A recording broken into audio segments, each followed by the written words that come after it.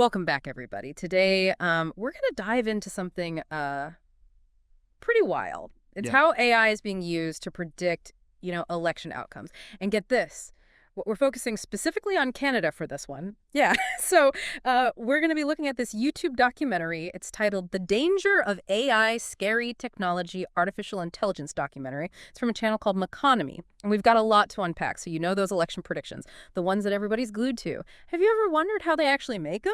Like, how do they work? We'll get ready to find out.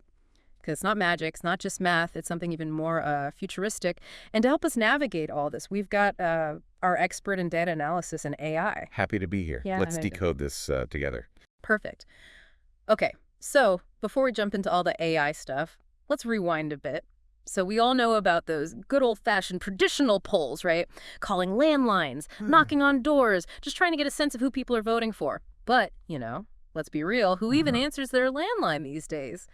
It's like reaching people is getting harder and harder, and those old school methods aren't really cutting it anymore. Yeah, you're absolutely right. It's a whole new ballgame now. And that's where social media kind of bursts onto the scene. It's like, yeah, suddenly we have this massive, constantly updating window into what people are thinking and talking about. But of course, it's not a perfect solution. We're talking about a truly overwhelming amount of data, not to mention all the potential biases. So it's no wonder that those traditional pollsters were a bit skeptical at first. Oh, yeah, I can only imagine. It's like trying to drink from a fire hose, right? But the documentary, it highlights a super interesting example of AI in action, an AI system called Polly. Now I gotta ask, an AI named Polly, what's the story there? Well, Polly was developed by this company called Advanced Symbolics, Inc., or ASI for short. And they're using it to predict elections based on, believe it or not, Twitter data. Okay, now that's wild. So is Polly like some kind of super intelligent political parrot, just like spitting out predictions? Not quite. Polly isn't sentient, meaning it's not conscious or thinking for itself or anything. Think of it more as an incredibly sophisticated tool, like a supercharged calculator that can learn from patterns in data. It's actually pretty ingenious how it works. Okay, so color me intrigued. But here's the thing, Twitter. It isn't exactly a representative sample of the whole population, right? So how does Polly deal with that obvious bias? That's a great question, and it's definitely something that ASI was very aware of. So Polly tackles this in two steps. First, it builds a representative sample of Twitter users, similar to what those traditional pollsters do, but on a way larger scale. Then, it takes things even further by making sure that this sample mirrors the real-world demographics of each electoral riding. It's like Polly's creating a mini Canada within Twitter. Whoa. So Polly is basically correcting for the fact that not everyone's on Twitter, and those who are might not reflect the diversity of the actual voting population. That's impressive. But how accurate are we talking here? Well, Polly's predictions have been surprisingly on point, even in some pretty unexpected situations. The documentary talks about how Polly correctly called the outcome of the Brexit referendum. And this was even after the assassination of Joe Cox, who was a pro-Remain campaigner. Okay, now that's a curveball I definitely wouldn't have seen coming. And traditional polls really struggled with that event. So how did Polly manage to pick up on something that they missed? That's where things get really fascinating. Polly actually detected a shift in the patterns of online conversation that those traditional polls just didn't catch. This suggests that Polly's capable of sensing those really subtle changes in public sentiment that often kind of fly under the radar. So it's like Polly is tapping into the collective mood of the nation, almost like a digital mood ring, but way more complex. That's a great way to put it. Now let's shift gears a bit and focus on how Polly was used right here in Canada during the 2019 federal election. I'm sure you remember that one. It was a real nail-biter with a really close race and plenty of uncertainty around voter turnout. Oh, absolutely. I remember being glued to the news, trying to figure out who was going to come out on top. So what was Polly's approach in such a tight race? Well, the documentary explains how Polly was first trained on historical election data to learn all those hidden connections between Twitter activity and actual voting behavior. So it's not just about what people are saying, but how much they're saying it. Yeah. And how that chatter relates to past elections. Exactly. By tracking mentions of the different political parties and comparing that buzz to their standings in traditional polls, Polly can spot those trends and those potential shifts in public opinion. It's like Polly's a digital detective, looking for clues in this sea of online chatter. Did they uncover anything particularly interesting during that election? Yeah, there's a great anecdote about how Polly detected a surge in support for the Bloc Québécois, specifically after the French language debates. Intriguing. So what was driving that shift? Well, it turns out that the keyword pipeline held a clue. Pauly noticed a jump in mentions of this term coming from Quebec, which suggested a link between the bloc's opposition to a pipeline project and this sudden boost in support. So it wasn't just about the debates in general, but about a specific issue that really resonated with voters in Quebec. That's incredible. But how did Polly actually stack up against those seasoned pollsters? Like, did it live up to the hype?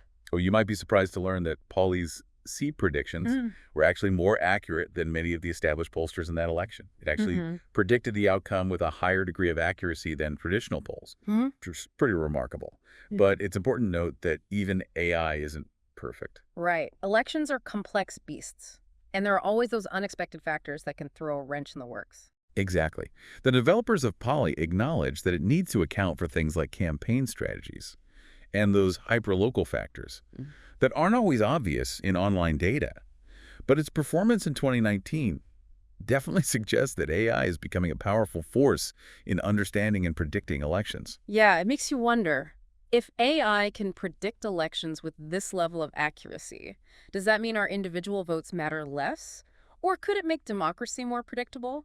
These are some pretty weighty questions we'll definitely need to explore further. Absolutely. Those are crucial questions, and we'll definitely dive into them. But first, let's take a closer look at how Polly actually learns, because it's not like it's cracking open a textbook, right? Okay, let's unpack this whole learning process. How does an AI actually wrap its digital brain around something as complex as predicting an election? Yeah, it's definitely not traditional learning. Polly's learning is all about recognizing patterns and relationships in the data it's given. Think about it like think about trying to predict the weather. You can't track every single raindrop right. But by understanding broader weather patterns, you can make some pretty accurate forecasts. Okay, that analogy helps. So Polly's not trying to analyze every individual tweet, but looking for those like larger trends that emerge from all that data. Exactly. Polly goes through this training process, kind of like practicing for a big game. It uses data from past elections, like the 2015 Canadian election. It analyzes how people were talking on Twitter during that election, and then compares that to the actual results. By doing this over and over and over again, Polly builds this model that can essentially translate these relationships into mathematical probabilities. So it's like Polly is looking back in time, studying those past elections, to figure out how online chatter connects to real-world voting behavior. Precisely.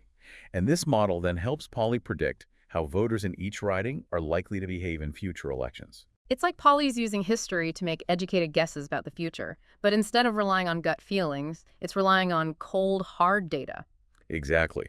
It's all about finding the signal within the noise. But there's one factor that always kind of throws a wrench in the works, even with a super sophisticated model like this: voter turnout. That unpredictable element that keeps everyone guessing. Oh, I know exactly what you mean. That whole will they or won't they actually vote factor. That can make or break an election. Exactly. And traditional pollsters, they rely heavily on past voter turnout data, which can be pretty unreliable. Think about it. People aren't always honest about their voting intentions. And those who are less interested in politics, they're also less likely to answer polls or be active on Twitter. Yeah, it's like trying to hit a moving target.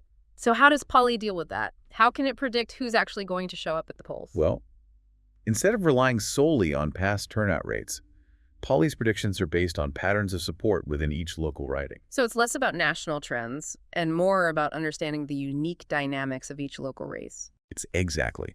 By analyzing the intensity and consistency of conversations about each party within a specific riding, Polly can get a better sense of which way that riding might swing and how likely people are to actually cast a vote. Okay, that makes sense.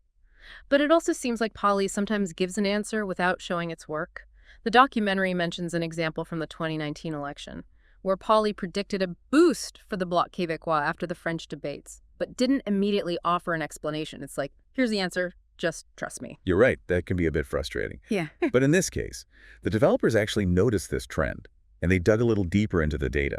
They found a connection between the Bloc's rise in popularity and, surprisingly, the keyword pipeline. Apparently, a lot of people in Quebec who were tweeting their support for the Bloc were also voicing their opposition to a particular pipeline project. So it wasn't just about the debates themselves, but about a specific issue that really resonated with voters in Quebec, it seems like sometimes. Even with AI, human interpretation and analysis are still needed to connect the dots and understand the nuances of public opinion. Absolutely.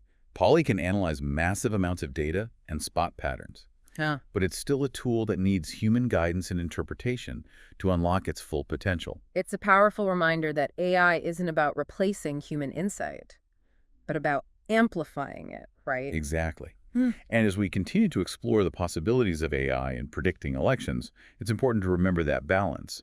But all this talk about accuracy raises some pretty big questions. You mentioned this earlier. What happens when AI can predict elections with such precision? Does that change how we view democracy? Right. It's almost like looking into a crystal ball and seeing the future. It's exciting and a little unsettling all at the same time. I imagine there are some potential downsides to all this, right? Like, could AI be used to manipulate voters or even undermine democracy? Yeah, those are definitely concerns we need to think about, like it's uncharted territory, and there's no easy answer. The documentary points out that we need regulations, but you know what those would actually look like is still up in the air. It feels like we're building the plane while we're flying it. So where do we even start with these regulations? Well, transparency is absolutely crucial. We need to know how these AI systems are being used, what data they're feeding on, and who's controlling them. It's like listing the hood and making sure everything's running as it should. That makes sense. No more black boxes. But wouldn't that just scratch the surface? What about the people behind these systems? You're absolutely right. Transparency has to go deeper than just the tech itself. We need to know who's funding the development of these AI systems and what their goals are. Are they trying to promote civic engagement? Or do they have other motives? So it's like following the money trail. To see where it leads, we need to understand who benefits from these predictions and how they might use them. Exactly. And along with transparency, we need accountability. If an AI system is found to be spreading misinformation or manipulating voters, Yeah. there have to be consequences. We can't just let these things slide. Yeah, that seems fair. It's like setting ground rules for a game. Everyone needs to know what's allowed and what's not, and there needs to be a referee to make sure everyone plays by the rules. I like that analogy. And just like with any game, those rules need to be constantly reviewed and updated. As the technology evolves, it's an ongoing process. But even with the baked regulations, it feels like we need to go further right. Like we need to address the root of the problem, those underlying issues that make this technology vulnerable to misuse. I totally agree. It's like putting a bandage on a wound Yeah. without treating the infection. So what's the long-term solution here? Well, education is a huge piece of the puzzle. We need to equip people with the skills to think critically about information, to be able to tell fact from fiction, and to understand how AI is being used, especially in politics. It's about empowering individuals to be savvy consumers of information. So it's like giving people the tools to navigate this complex digital landscape and not be swayed by manipulative tactics. Exactly. And this education needs to start early. We need to be teaching young people how to navigate this increasingly digital world, how to evaluate information, and how to be responsible digital citizens. But it's not just about young people. We need to engage the broader public in these conversations, raise awareness about AI's impact, and foster a culture of critical thinking. It feels like a massive undertaking. Like we need a society-wide shift in how we approach information and technology. It's definitely a challenge, but I think it's one we can rise to. It's about having those difficult conversations about ethics, about the values we want to uphold in this new age of AI, and how we can make sure this technology is used in a way that aligns with those values. You're right. It's a conversation we all need to be a part of. The future of AI isn't something that's going to be decided in a vacuum. It's something we all have a stake in shaping. Absolutely. Yeah. And that includes talking about the tough stuff, those ethical dilemmas that come with such powerful technology. We need to ask ourselves those big picture questions about the kind of society we want to create and how AI fits into that vision. It's not just about the tech. It's about what we do with it. It's a call to action for all of us to engage in this crucial dialogue and help guide the development of AI in a direction that benefits humanity. We've covered a lot of ground in this deep dive, from the technical nuts and bolts of how AI can predict elections to those broader societal implications. It's certainly given me a lot to think about, and I hope it sparks some thought-provoking questions for our listeners as well. I agree. It's been a fascinating conversation. And while the challenges may seem daunting, I'm optimistic that we can navigate this new frontier responsibly by embracing transparency, accountability, education, and open dialogue. We can harness the power of AI for good and ensure that it contributes to a more just, equitable, and democratic future. The key takeaway here is that the future isn't predetermined. It's something we're actively shaping through the choices we make and the conversations we have. Well said. It's empowering to remember that we have a role to play in shaping this technological landscape. Thank you for guiding us through this complex and fascinating topic. And to our listeners, I hope this deep dive has inspired you to continue exploring the world of AI and its implications. Remember, the future of AI is not just about the technology itself, but about the values we choose to prioritize and the actions we take to shape its development. Until next time, keep diving deep.